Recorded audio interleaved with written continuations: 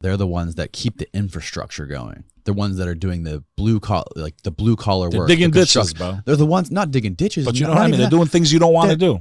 Go to any construction site when they're pouring concrete. They're all fucking immigrants. The whole fucking world is made of concrete. They're the ones that are doing the shit that we don't want to do. It's fact. You know? But do I think we have a little bit of an issue right now? Like the way people are coming in? I think is there needs to be some type of regulation. You can't just, For sure. You can topple an empire that way. You Yeah. can change demographics in a way. Go to other countries, you'll see how their immigration policies are. I mean, we still have the most lenient immigration policy.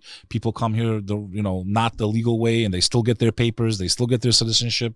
Plenty of Albanians have done that also. They came here and they did, political asylum or whatever the case may be. They got their papers, right? So I'm not saying people should go that route. And my family came here legally. My mom's family, my grandfather escaped communist Albania. He was hunted down by the communists. He had to get out of there.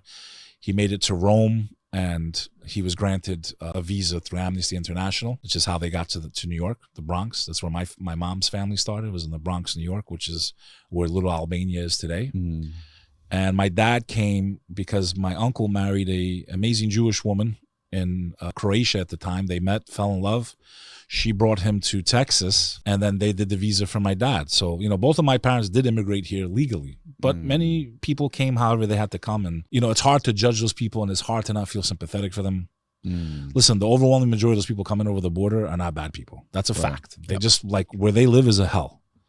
Where they're coming from is conflict, poverty, whatever it is. And to not feel for them, you're not a human being. But we also have to protect the interest of our nation and make sure that things are done the right way, because this can really backfire big time. So it's like a catch-22, How does it make you feel when you watch the news and you see the things that are going on in conflicts with Ukraine and Russia?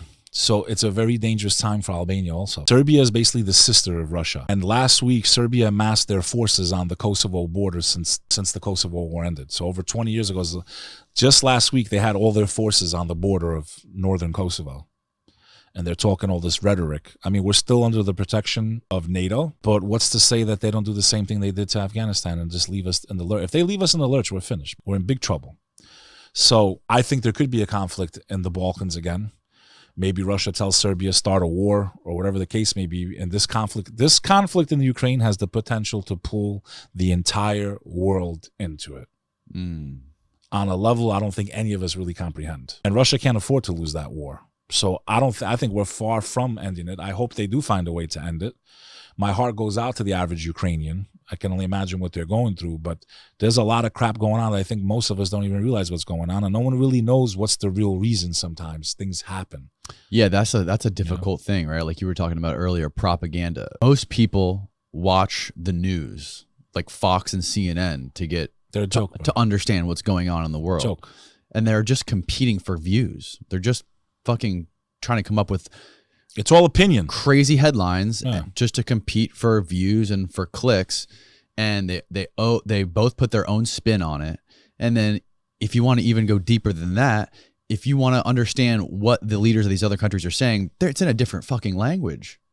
How are you going to understand it? How are you going to do you trust what the first level is the translation? Like, is it being translated accurately? The second level is the news taking it, putting it through their blender, and then recycling it and regurgitating it on TV. But that's usually what's happening. Yeah. What you just said right there is, like I said, ask yourself, when's the last time you got to see a world leader outside the U.S.